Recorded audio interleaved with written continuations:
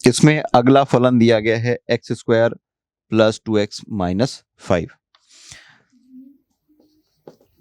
इसके लिए भी हमें ज्ञात करना है कि, तो इस प्रश्न में भी हमें ज्ञात करना है कि किस अंतराल में यह फलन वर्धमान है और किस अंतराल में यह फलन ह्रासमान है। तो मान करके चलते हैं कि ये जो दिया गया फलन है एफ ऑफ एक्स है, ये x square plus 2x minus 5 है। अब दोनों पक्षों का अवकलन करते हैं तो एफ डैश एक्स मिल जाएगा, ये हमें मिलेगा 2x प्लस 2। तो जैसा कि आप जानते हैं कि फलन एफ ऑफ एक्स के वर्धमान होने के लिए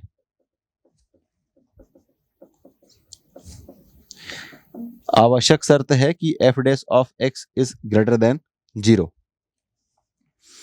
तो इस प्रकार 2x plus 2 is greater than 0, that implies 2x plus 2 is greater than 2 है। यहां से हम 2 कॉमन लेंगे, अब आ जाएगा x plus 1 is greater than 0। इसको और आगे सॉल्व करेंगे तो मिल जाएगा x plus 1 is greater than 0, और फिर हमें मिल जाएगा x is greater than minus 1। तो इस प्रकार ये जो फलन है एफ ऑफ एक्स, यह अंतराल -1 टू इंफिनिटी में वर्धमान फलन है।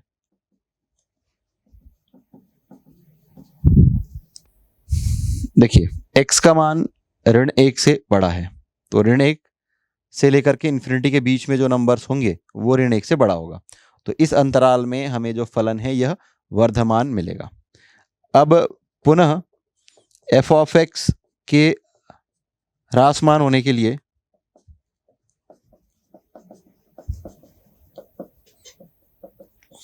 F dash of x is less than 0, इसके लिए हम सॉल्व करेंगे तो मिल जाएगा 2x plus 2 is less than 0, that implies 2 into x plus 1 is less than 0, that implies x plus 1 is less than 0, और इसे और आगे सॉल्व करेंगे तो मिल जाएगा x is less than minus 1।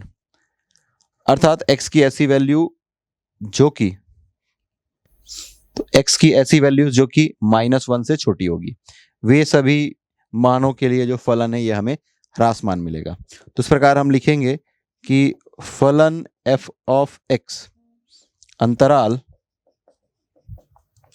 -∞ To -1 में ह्रासमान फलन है।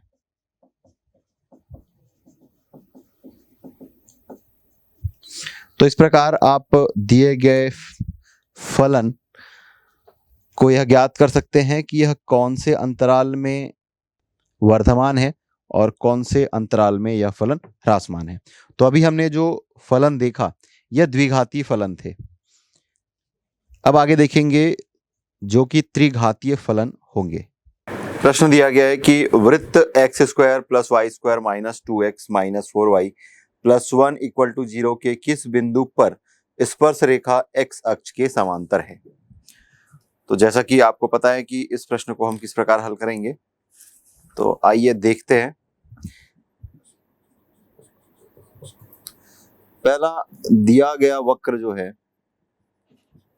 या दिया गया जो वक्र है हमारा, ये वृत्त है x square plus y square minus 2x minus 4y plus 1 equal to 0। मान लेते हैं कि समीकरण 1 है। चूंकि हमें इस रेखा की या इस वक्र की प्रवणता निकालनी है एक दिए गए बिंदु पर, दिए गए समीकरण के दोनों पक्षों का अवकलन x के सापेक्ष करेंगे। तो एक्स स्क्वायर का अवकलन करेंगे तो मिल जाएगा 2x, फिर वाई स्क्वायर का करेंगे तो मिल जाएगा 2y, और फिर y का अवकलन dy by dx। Minus 2x का अवकलन करेंगे मिल जाएगा -2, और फिर माइनस 4y का करेंगे तो ये -4 dy बाई dx। कांस्टेंट का अवकलन 0 और राइट हैंड साइड में भी 0 है, इस प्रकार ये हमें मिल जाएगा 0। अब देखिए कि dy बाई dx वाले पद हैं, इनको एक साथ, और इसके बाद 2x माइनस 2 है, इन पदों को हम एक साथ लिखते हैं तो मिल जाएगा 2x माइनस 2 और फिर 2i minus 4 into dy by dx equal to 0। दोनों पदों पर हम 2 को उभयनिष्ठ ले सकते हैं और सरल कर सकते हैं। यहां से 2 और यहां से 2 उभयनिष्ठ लेकर के हम कैंसिल कर देंगे तो हमें मिल जाएगा x minus 1 plus y minus 2 dy by dx equal to 0। अब यहां से हम dy बाई डी का मान ज्ञात कर सकते हैं। तो ये हमें मिल जाएगा dy बाई डी। देखिए इस पद को पहले पक्षांतर करेंगे तो ये माइनस साइन के साथ में आएगा x माइनस वन, और ये y माइनस टू इसके साथ गुणा हुआ है, इधर जाकर के ये भाग हो जाएगा, तो ये y माइनस टू। मान लेते हैं कि ये समीकरण 2 है जहां पर हमें dy बाई डी का मान मिला। अब ये जो समीकरण 1 है, मान लेते हैं कि इसका एक बिंदु है Px1 y1, उस पर खींची गई स्पर्श रेखा की प्रवणता। तो हम लिखेंगे कि वक्र एक के बिंदु, इसमें एक बिंदु ले लेते हैं x1 y1 पर खींची गई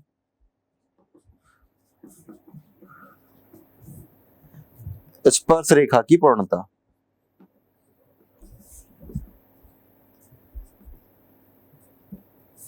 तो ये जो dy बाई डी एक्स है इसे हम लिखेंगे dy by D X at the point x1 y1 equal to minus of x minus one upon y minus two, किस पॉइंट पर, x1 y1 पर। तो यहाँ पर x के स्थान पर x1 और y के स्थान पर हम y1 रख देंगे। तो मान लेते हैं कि इसकी प्रवणता है m। तो ये हमें मिल जाएगा minus of x1 minus one upon y1 minus one. मान करके चलते हैं कि ये समीकरण 3 है। अब प्रश्न में यह दिया गया है कि स्पर्श रेखा जो है वह x अक्ष के समांतर है। लिखेंगे कि दिया गया है स्पर्श रेखा x अक्ष के समांतर है, इसलिए उसकी प्रवणता होगी 0। मान लेते हैं कि स्पर्श रेखा की प्रवणता है m1। कोई भी रेखा जो कि x अक्ष के समांतर है उसकी प्रवणता 0 होती है, और स्पर्श रेखा जो है x अक्ष के समांतर है, और जैसा कि हम जानते हैं कि दो समांतर रेखाओं की प्रवणताएं बराबर होती है। तो यहाँ पर जो m1 इक्वल टू 0 मिला और यहाँ पर m इक्वल टू दिस मिला है, तो ये लेफ्ट हैंड साइड बराबर होगा, तो राइट हैंड साइड भी आपस में बराबर होंगे। तो इस तरीके से हमें प्राप्त हो रहा है minus of x1 minus one upon y1 minus one equal to 0। इसको सॉल्व करने पर इस हर में जो राशि इसको 0 से गुणा कर देंगे, अर्थात तिर्यक गुणा कर देंगे, तो हमें मिल जाएगा minus of x1 minus one equal to 0। That implies x1 minus one equal to 0, और यहां से हमें मिल जाएगा x1 इक्वल टू 1। तो ये हमें x1 का मान प्राप्त हो चुका है। मान करके चलते हैं कि ये समीकरण 4 है। अब ये जो स्पर्श बिंदु हमें मिला है, x1 का जो कोऑर्डिनेट मिला है, यह समीकरण 1 अर्थात जो वक्र है उस पर भी स्थित है। तो ये जो निर्देशांक है x1 y1 वो इस समीकरण 1 को संतुष्ट करेगा। तो इस प्रकार हम लिखेंगे कि चूंकि स्पर्श बिंदु Px1 y1 वक्र 1 पर है, तो x के स्थान पर x1 और y के स्थान पर y1 रख देंगे। तो ये x1 का स्क्वायर प्लस y1 का square minus 2x1 minus 4y1 plus 1 equal to 0। x1 equal to 1 इस समीकरण में हम वह मान रख देंगे, तो मिल जाएगा 1 का square plus y1 square minus 2 into 1 minus 4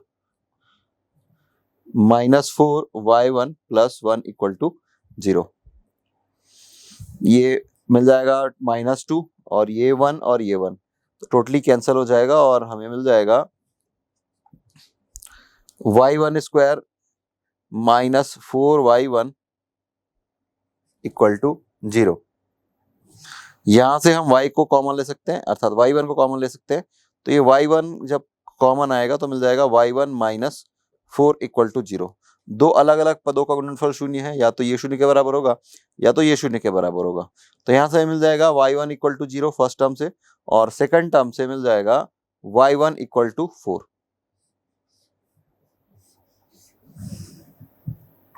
तो इस प्रकार स्पर्श बिंदु जो है, स्पर्श बिंदु हमें प्राप्त हुआ है 1 0 और 1 4। हमें स्पर्श बिंदु प्राप्त हुआ है 1 0 या फिर 1 4। यही वह उत्तर है जो कि हमें याद करने के लिए कहा गया था। प्रश्न दिया गया है f of x equal to cos square x plus sin x where x belongs to closed interval 0 to pi द्वारा प्रदत्त फलन f का निरपेक्ष उच्चतम और निम्नतम मान ज्ञात कीजिए। तो जो दिया गया समीकरण है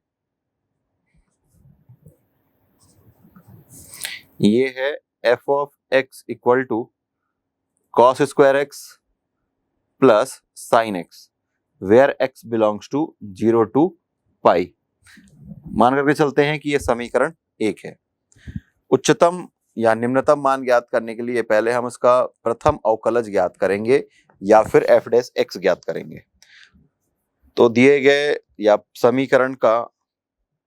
समीकरण के दोनों पक्षों का अवकलन x के सापेक्ष करने पर तो यह मिल जाएगा d by D x of f of x equal to cos square x का अवकलन करेंगे तो मिल जाएगा 2 cos x और cos x का अवकलन माइनस sin x और sin x का अवकलन करेंगे मिल जाएगा आपको cos x। सॉल्व करने पर इसे हम f डैश x लिख सकते हैं। f dash x equal to दोनों पदों से हम cos x को कॉमन ले सकते हैं और फिर यह आ जाएगा -2 sin x प्लस 1। मान लेते हैं कि यह समीकरण 2 है। f ऑफ x के उच्चतम या निम्नतम मान के लिए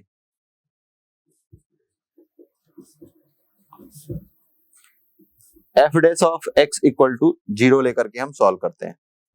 तो यहां से f डैश x की वैल्यू जो है ये है cos x into minus of -2 sin x plus 1 equal to 0। दो अलग अलग पदों का गुणनफल शून्य है, या तो cos x इक्वल टू 0 हो जाएगा या फिर इस पद का मान 0 के बराबर होगा। तो cos x इक्वल टू 0 या फिर ये जो प्रोडक्ट में दूसरा टर्म है minus sin x plus 1 equal to 0। पहले इसको सरल करते हैं। cos x equal to 0 cos 90 degree या फिर π/2 रेडियन के लिए हमें 0 डिग्री मिलता है, 0 मान मिलता है। तो इसे हम लिख सकते हैं cos π/2 या फिर x इक्वल टू π/2 रेडियन। तो एक मान हमें प्राप्त हुआ x इक्वल टू π/2। दूसरा मान यहां से प्राप्त होगा minus of 2 sin x plus 1 है। इसको सॉल्व करने पर आपको मिल जाएगा sin x इक्वल टू 1/2 और sin π/6 का मान हमें 1/2 प्राप्त होता है। तो ये sin π/6 तो x इक्वल टू π/6। ये दूसरा मान, पहला मान x इक्वल टू π/2, दूसरा मान x इक्वल टू π/6 मान करके चलते हैं कि ये समीकरण 3 है। अब समीकरण 2 हमें जो प्राप्त हुआ था उसका अवकलन करेंगे फिर से x के सापेक्ष। तो इसे हम लिखेंगे d2f of x by D x square equal to, तो इसका मतलब ये कि d by D x of f dash of x, इस फलन का अवकलन। तो पहला cos x का अवकलन करेंगे तो मिल जाएगा माइनस sin x और शेष पद इसी प्रकार रहेंगे और फिर cos x इसी प्रकार रहेगा -2 sin x प्लस 1, इसका अवकलन करेंगे। sin x का अवकलन करेंगे तो मिल जाएगा cos x। तो इस प्रकार ये हमें मिल जाएगा -2 cos x और 1 का अवकलन करेंगे तो मिल जाएगा 0। इसे हम सॉल्व करते हैं। माइनस और माइनस मिल जाएगा +2 sin square x minus sin x और अगेन ये -2 cos स्क्वायर x। ये है माइनस sin x और फिर +2 sin square x minus 2 cos square x। तो इसे लिखा जा सकता है minus sin x minus of 2 अगर हम कॉमन ले लें तो मिल जाएगा cos square x minus sin square x, फिर ये माइनस sin x और फिर minus cos square x minus sin square x, इसे हम लिख सकते हैं cos 2x। तो मिल जाएगा cos 2x। तो इसका मतलब ये कि f डबल डैश x का जो मान है इन दोनों से यदि हम माइनस को कॉमन लें तो मिल जाएगा sin x plus 2 cos 2x। मान लेते हैं कि ये समीकरण 4 है। अब एफ डबल डैश एक्स, इस पर हम जो हमें जो बिंदु प्राप्त हुआ था x equal to pi by two और x equal to pi by six, ये वैल्यूज को पुट करके देखेंगे और जो मान हमें प्राप्त होगा वही उसमें से एक धनात्मक होगा और एक न्यूनतम मान प्राप्त होगा। तो f double dash x equal to हमें मिल रहा है minus of sine x minus two into cos two x. इन दोनों से यदि हम माइनस साइन कॉमन लें तो हमें मिल जाएगा minus of sine x plus two cos two x. मान लेते हैं कि समीकरण 4 है। अब समीकरण 3 से प्राप्त जो बिंदु है, बिंदु x equal to pi by two पर एफ डबल डैश एक्स का मान हमें ज्ञात करना है। तो इसे हम लिखेंगे f double dash x at x equal to pi by two. यहां पर x के स्थान पर हम पाई बाई टू रख देंगे तो मिल जाएगा minus of sign pi by two plus two cos two x, अर्थात 2 इंटू पाई बाई टू, तो आपको यहां पर मिल जाएगा कॉस पाई। तो साइन 90 माइनस साइन है और फिर साइन 90 डिग्री या पाई by two radian, that is 1 and cos pi ये -1, तो -2 प्लस 1 -1 और माइनस अल्टीमेटली हमें मिल रहा है +1। तो चूंकि f double dash x at x equal to pi by two equal to 1 एक धनात्मक मान है,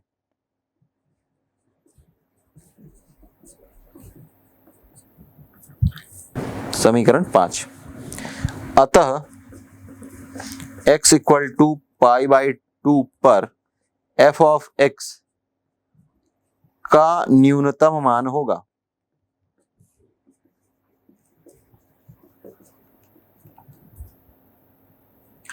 तो वैल्यू पुट करके देखते हैं फंक्शन का मान निकालने के लिए x के स्थान पर पाई बाई टू।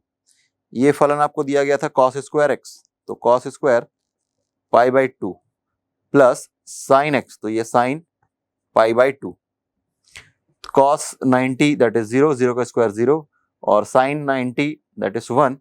इसका मतलब कि हमें जो न्यूनतम मान प्राप्त हो रहा है वह 1 है। इसी प्रकार x equal to pi by six पर एफ डबल डैश एक्स का मान हम ज्ञात करते हैं। लिखा जाएगा f double dash x at x equal to pi by six, तो minus sine pi by six plus 2 cos pi by six into 2, तो आपको मिल जाएगा पाई बाई 3। सॉल्व करेंगे तो मिल जाएगा minus sine then sine pi by six, ये आपको मिल जाएगा 1/2, फिर प्लस 2 इंटू अगेन 1/2। सॉल्व करेंगे तो मिल जाएगा ये 2 और 2 1, 1 प्लस 1/2 दैट इज 3/2 और ये माइनस 3/2। तो यहां पर जो हमें मान प्राप्त हो रहा है यह एक ऋणात्मक संख्या है, एक ऋणात्मक मान है या ऋणात्मक संख्या है। अतः x equal to pi by six पर f ऑफ x का मान अधिकतम होगा।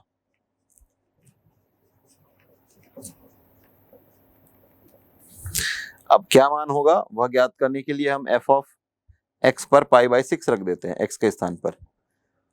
तो ये आपको मिल जाएगा cos square pi by six plus sign pi by six. Value put करेंगे तो ये मिल जाएगा यहाँ से आपको √3/2 और फिर इसका स्क्वायर और पाई बाई सिक्स साइन का ये 1/2।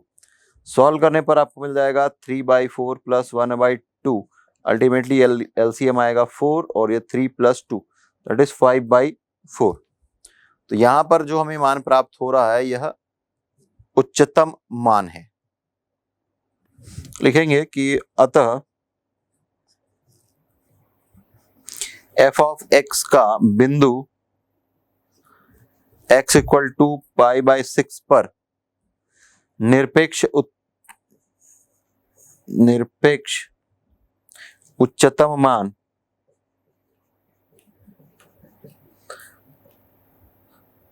5/4 और सॉल्व करने पर अप्रॉक्स मिल जाएगा ये 1.25।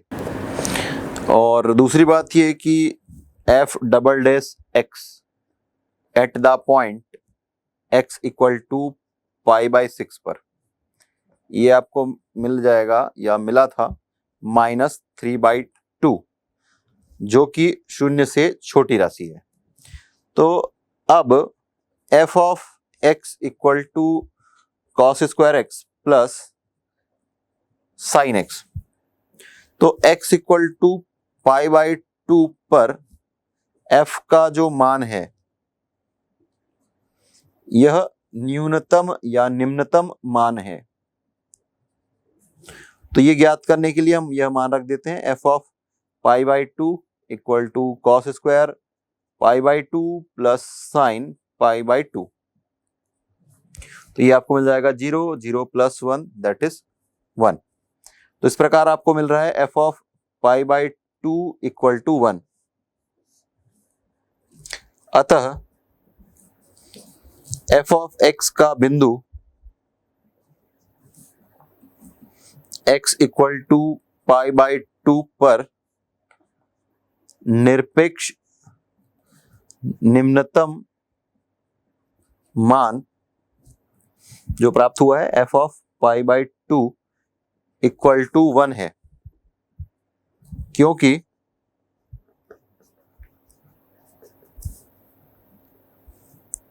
f double dash x at the point x equal to pi by two, ये मान हमें 1 प्राप्त हुआ है जो कि 0 से बड़ा है। इसलिए जो उच्चतम मान है, उच्चतम मान हमें प्राप्त हुआ था 5/4 और इसका न्यूनतम मान प्राप्त हुआ ये है 1, और यही हमें ज्ञात करने के लिए कहा गया था। प्रश्न दिया गया है कि एक गोले की त्रिज्या 10 सेंटीमीटर से सिकुड़कर 9.8 सेंटीमीटर हो जाती है। निम्नलिखित में सन्निकट ह्रास ज्ञात कीजिए। पहला है आयतन और दूसरा है पृष्ठीय क्षेत्रफल। तो हमें जो उत्तर चाहिए है वहां तक पहुंचने के लिए आपको यह ज्ञात होना चाहिए कि आयतन, गोले के आयतन और गोले की त्रिज्या में क्या संबंध होता है। उसी प्रकार गोले की त्रिज्या और पृष्ठीय क्षेत्रफल में क्या संबंध होता है। यदि संबंध को स्थापित कर पाए, आपको संबंध पता हो, उसके बाद हम अवकलन का अनुप्रयोग करते हुए प्रश्न के उत्तर तक पहुंच जाएंगे। तो चलिए यह मान करके चलते हैं कि गोले की जो त्रिज्या है यह r है।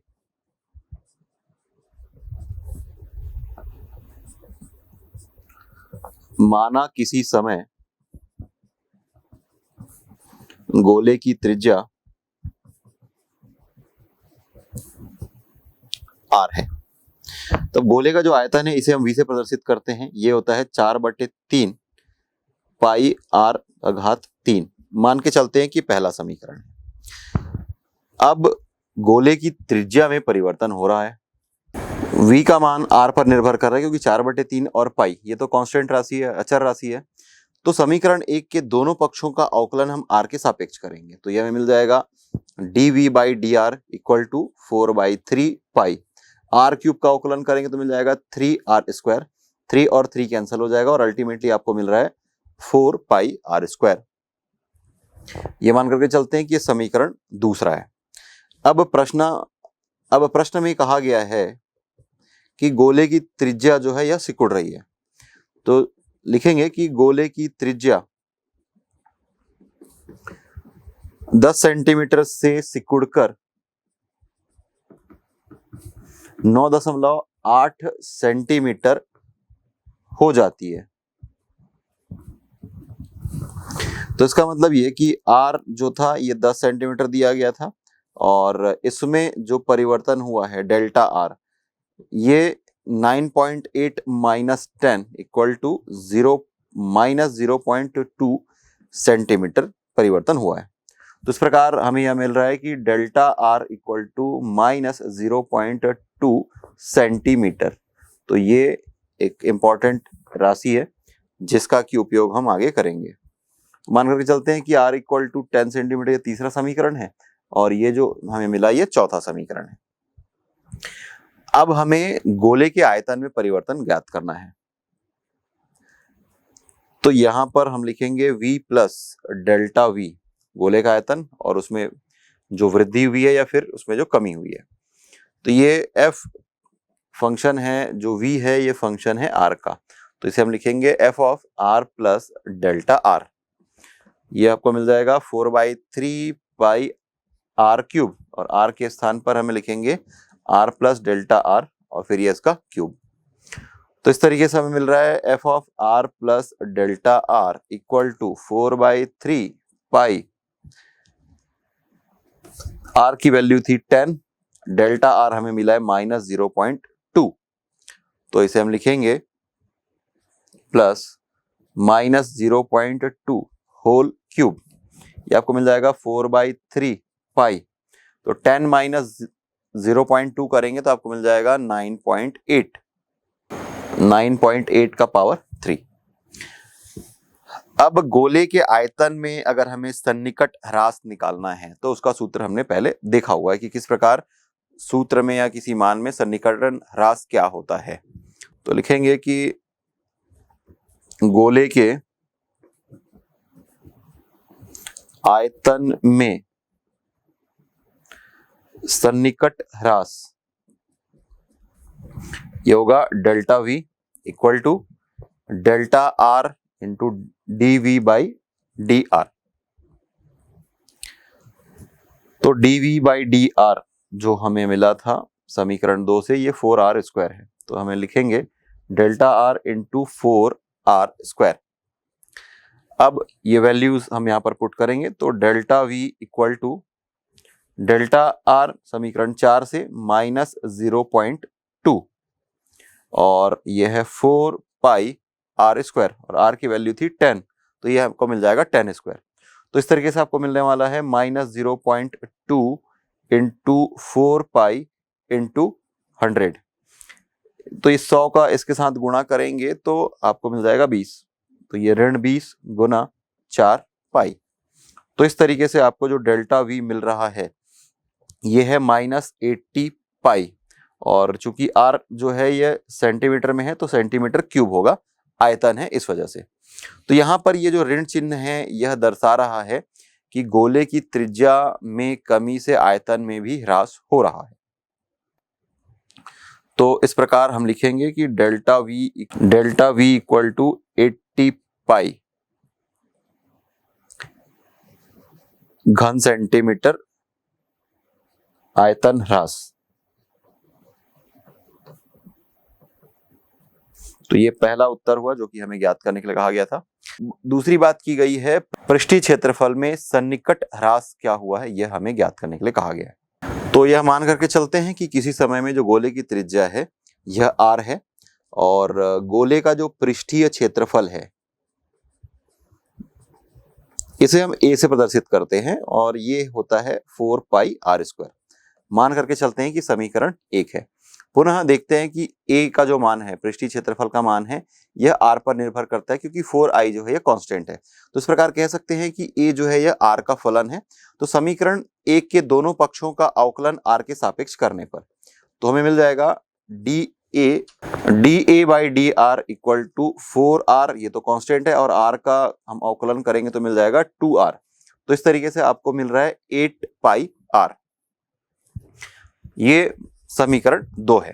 पुनः प्रश्नानुसार जो गोले की त्रिज्या है, गोले की त्रिज्या 10 सेंटीमीटर से 9.8 सेंटीमीटर हो जाती है। तो इसका मतलब ये कि r जो था ये 10 सेंटीमीटर था, और यदि इसमें हमें परिवर्तन निकालने के लिए कहा जाए तो हम लिखेंगे 9.8 minus 10 that is equal to -0.2 centimetre. तो ये आपको डेल्टा r की वैल्यू मिल रही है, डेल्टा r इक्वल टू -0.2। ये चौथा समीकरण है। अब यदि आयतन में परिवर्तन की बात की जाए तो a प्लस डेल्टा a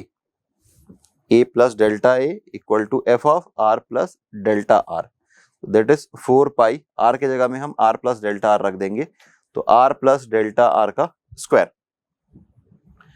तो यहां से आपको मिल जाएगा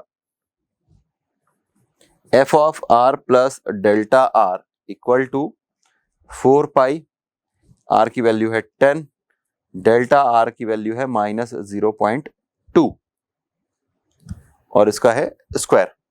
अब हमें जो ज्ञात करना है वह है गोले के पृष्ठीय क्षेत्रफल में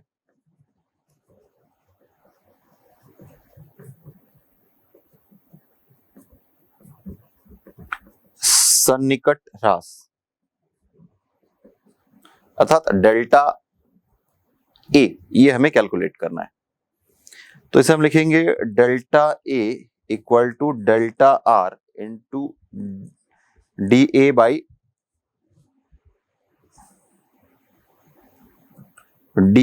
डी आर। तो देखिए यहां से d A by d r हमने 8 पाई आर कैलकुलेट किया है और डेल्टा आर की वैल्यू -0.2 है। तो इस प्रकार हमें मिल जाएगा delta A equal to -0.2 into 8 pi r और आर की वैल्यू है 10 समीकरण 3 से। तो आर के स्थान पर हम वैल्यू पुट कर देते हैं। तो जब 10 से इसका मल्टीप्लाई करेंगे तो आपको मिल जाएगा 2 और इसका मल्टीप्लाई करेंगे तो मिल जाएगा 16 पाई और ये माइनस साइन के साथ में। तो चूंकि आर जो है यह सेंटीमीटर में दिया गया है और हम क्षेत्रफल की बात कर रहे हैं तो ये आपको मिल जाएगा delta A equal to -16 pi centimetre square या फिर वर्ग सेंटीमीटर। तो यहाँ पर ऋणात्मक चिन्ह यह प्रदर्शित कर रहा है कि पृष्ठीय क्षेत्रफल में ह्रास हो रहा है या फिर हानि हो रही है। तो इस प्रकार हम ये लिख सकते हैं कि डेल्टा ए जो हमें ज्ञात करने के लिए कहा गया था ये है 16 पाई वर्ग सेंटीमीटर ह्रास या फिर हानि। ये वो उत्तर है जो कि हमें ज्ञात करने के लिए दिया गया है। अगला प्रश्न दिया गया है कि एक आयत का परिमाप 100 सेंटीमीटर है, अधिकतम क्षेत्रफल के लिए आयत की भुजाएं ज्ञात कीजिए। तो पहली बात यह कि यहाँ पर हमें दो राशियां लेनी पड़ेगी, एक आयत की लंबाई और दूसरी चौड़ाई, और उसके बाद हमें आयत का परिमाप ज्ञात होना चाहिए या फिर सूत्र की सहायता से आयत की लंबाई चौड़ाई और उसके परिमाप में जो संबंध है वो हमें ज्ञात होना चाहिए। और साथ ही यहाँ पर बात की जा रही है अधिकतम क्षेत्रफल की, तो आयत की लंबाई चौड़ाई और क्षेत्रफल में क्या संबंध होता है यह भी ज्ञात होना चाहिए। तो चलिए यह मान करके चलते हैं कि आयत की जो लंबाई है यह x है, माना आयत की लंबाई x तथा चौड़ाई y है, तब आयत का परिमाप जैसे कि आप जानते हैं 2 गुना लंबाई धन चौड़ाई होता है। तो इसे हम लिखेंगे 2 गुना लंबाई धन चौड़ाई, या फिर आप इसे लिख सकते हैं 2x प्लस 2y। प्रश्न में दिया गया है कि आयत का परिमाप 100 सेंटीमीटर है, तो इसे हम लिख सकते हैं कि 2 times x plus y equal to 100, या फिर इसको सॉल्व करने पर आपको मिल जाएगा x plus y equal to 50। मान करके चलते हैं कि यह समीकरण 1 है। अब आयत का क्षेत्रफल, माना आयत का क्षेत्रफल a है और ये होता है लंबाई गुना चौड़ाई, तो लंबाई x है और चौड़ाई है y। तो ये हमें मिल गया a equal to x into y. तो समीकरण 1 का उपयोग करके हम y का मान x के पदों में ज्ञात कर सकते हैं। तो यहां से हमें मिल जाएगा y equal to 50 minus x. So y equal to 50 minus x हम यहाँ पर पुट कर देते हैं। तो ये जो समीकरण हमें मिल रहा है ये केवल एक चर का समीकरण प्राप्त हो रहा है। तो a इक्वल टू मिल गया x इंटू 50 माइनस एक्स, समीकरण 1 से। अब यदि ये जो a है ये केवल x पर निर्भर कर रहा है, तो x के सापेक्ष a में परिवर्तन की दर यदि ज्ञात करनी हो तो हम लिखेंगे del d A by D x. तो समीकरण ये 2 है, इन 2 का दोनों पक्षों का अवकलन x के सापेक्ष करने पर, तो ये आपको मिल जाएगा 50 माइनस 2x। देखिए अगर इसे हम सॉल्व करते हैं तो ये आपको मिल जाएगा 50x माइनस एक्स स्क्वायर। तो 50x का अवकलन करेंगे तो 50 मिल जाएगा और x स्क्वायर का अवकलन करेंगे तो ये आपको मिल जाएगा 2x। और यदि d2a by D x square calculate करने कहा जाए तो इसका फिर से अवकलन करेंगे d by D x of d A by D x. तो d by D x of 50 minus 2x, तो 50 तो कांस्टेंट है, अचर राशि, इसका अवकलन 0 होगा और माइनस 2x का अवकलन आपको मिल जाएगा -2। तो जैसा कि आपको पता है कि a जो है यह अधिकतम या न्यूनतम केवल तभी होगा जब d A by D x equal to 0 होगा। तो d A by D x that is equal to 50 minus 2x, तो ये आप लिखेंगे 50 minus 2x equal to 0, then 2x equal to 50 या फिर x equal to 25।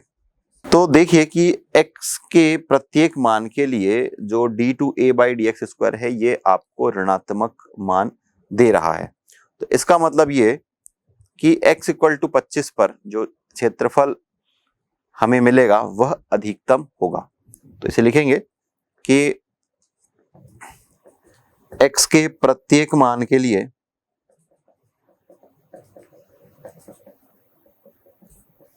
d2a by D x square ऋणात्मक है।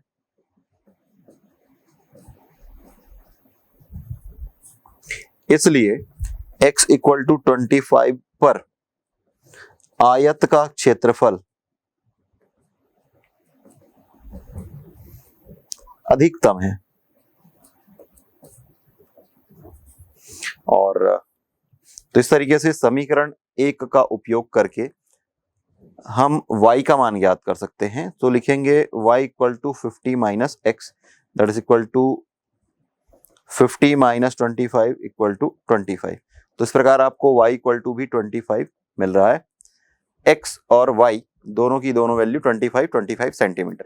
तो इस प्रकार हमें जो उत्तर चाहिए था वह यह कि आयत की प्रत्येक भुजा जो है यह 25 सेंटीमीटर होगी, तभी हमें अधिकतम क्षेत्रफल प्राप्त होगा और आयत का परिमाप 100 सेंटीमीटर होगा।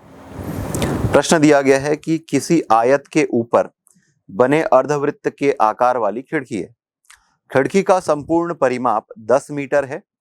पूर्णतः खुली खिड़की से अधिकतम प्रकाश आने के लिए खिड़की की विमाएं ज्ञात कीजिए। तो यहाँ पर जो प्रश्न है इसमें पहले हमें आयत की लंबाई चौड़ाई यह मान करके चलना होगा और फिर खिड़की के जो परिमाप है और आयत का क्षेत्रफल है और अर्धवृत्त का क्षेत्रफल है, अर्थात खिड़की का क्षेत्रफल जो है उसके बीच में हमें संबंध ज्ञात करना होगा और फिर आगे हम अवकलन का उपयोग करके इस प्रश्न के उत्तर तक पहुंच पाएंगे। तो जैसा कि आप चित्र में देख पा रहे हैं कि एक आयताकार खिड़की के ऊपर में एक अर्धवृत्त खिड़की है।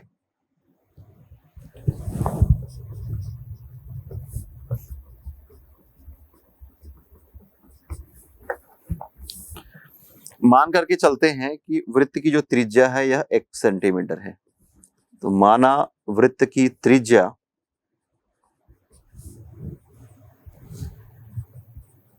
x है, तो आयत की जो लंबाई है यह भी x होगी। तो आयत की लंबाई जो है यह त्रिज्या की दुगुनी होगी, क्योंकि अर्धवृत्त जो है वह आयत के ऊपर रखा गया है। तो इस प्रकार इसे हम लिख सकते हैं कि चित्र में हमने इसे a b नाम दिया है, यह 2x के इक्वल होगा तथा आयत की चौड़ाई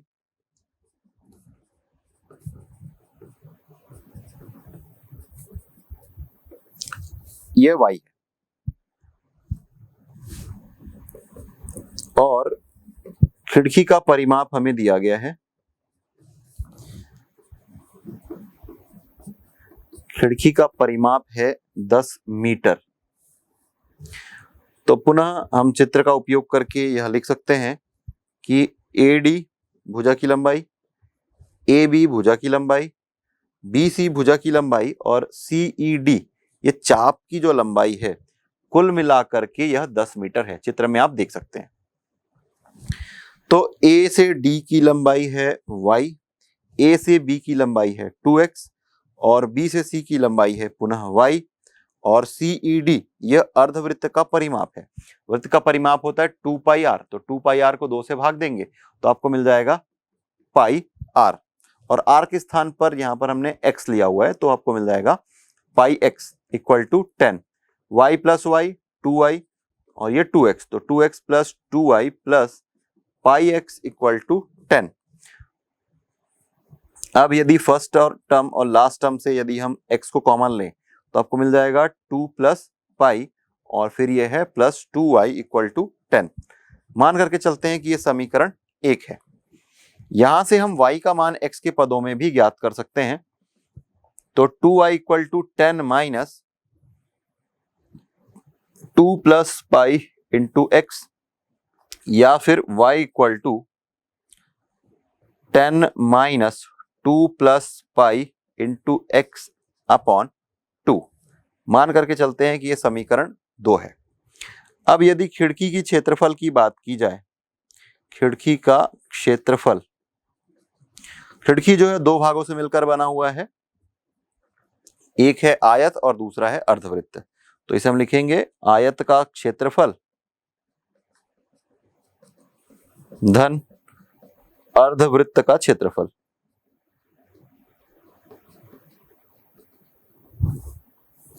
सो A इक्वल टू आयत का क्षेत्रफल लंबाई गुना चौड़ाई, तो ये 2xy, और अर्धवृत्त का क्षेत्रफल 1/2 पाई r का वर्ग, और r के स्थान पर यहां पर है x। अब जो y का मान समीकरण 2 में हमें प्राप्त है उसे हम यहां पर रख देते हैं, तो ये हमें मिल जाएगा 2x into 10 minus 2 plus pi into x upon 2 plus 1/2 पाई एक्स स्क्वायर। तो इसको जब सॉल्व कर देंगे तो यहाँ से 2 और यहाँ से 2 कैंसिल हो जाएगा, 2 और 2 कैंसिल हो जाएगा, फिर x का मल्टीप्लाई इसके साथ करेंगे तो मिल जाएगा 10x, और फिर x और x स्क्वायर, और फिर ये माइनस 2x स्क्वायर, और फिर माइनस पाई एक्स स्क्वायर, और प्लस हाफ पाई एक्स स्क्वायर।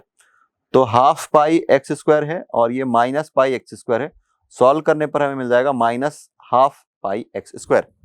तो इस प्रकार a इक्वल टू हमें प्राप्त हो रहा है 10x minus 2x square minus half पाई एक्स स्क्वायर। ये समीकरण 3 है।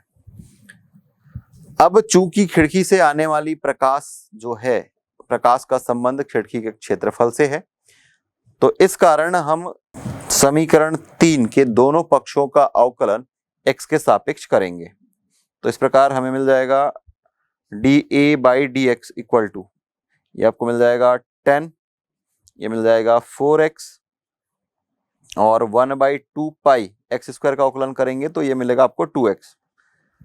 तो इस प्रकार आपको मिल रहा है 10 माइनस 4x, ये 2 और ये 2 कैंसिल, और फिर ये माइनस पाई x। अब मान करके चलते हैं कि ये जो हमें प्राप्त हुआ है ये समीकरण 4 है। So dA by D x equal to 10 minus 4x minus pi x, माना समीकरण 4 है। अब यहां पर हम आगे अवकलन का उपयोग करेंगे कि खिड़की का क्षेत्रफल a के अधिकतम होने के लिए dA बाई डी एक्स का शून्य होना आवश्यक है। खिड़की का क्षेत्रफल a के अधिकतम या न्यूनतम होने के लिए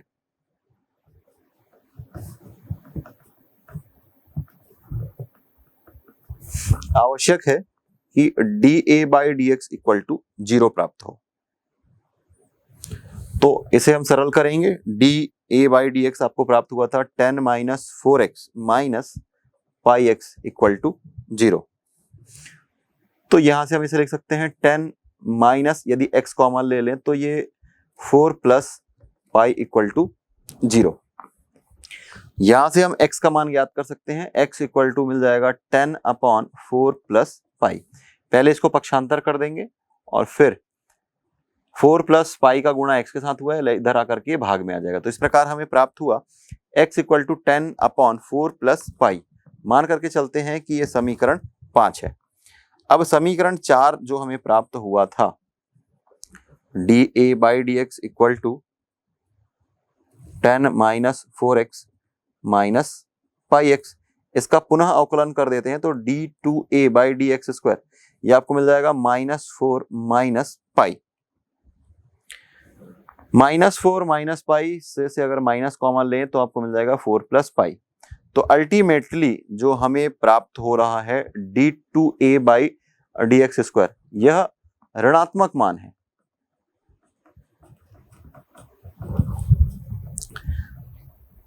तो इस प्रकार x equal to 10/4 plus pi पर जो a का मान होगा यह अधिकतम होगा।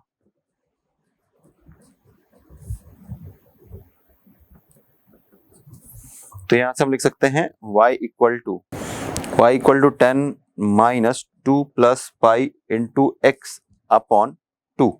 दोनों को सेपरेट कर देते हैं तो 10/2 minus 2 plus pi upon 2 into x. अब ये जो x का मान समीकरण 5 से प्राप्त हुआ है उसे हम यहाँ पर रख देते हैं।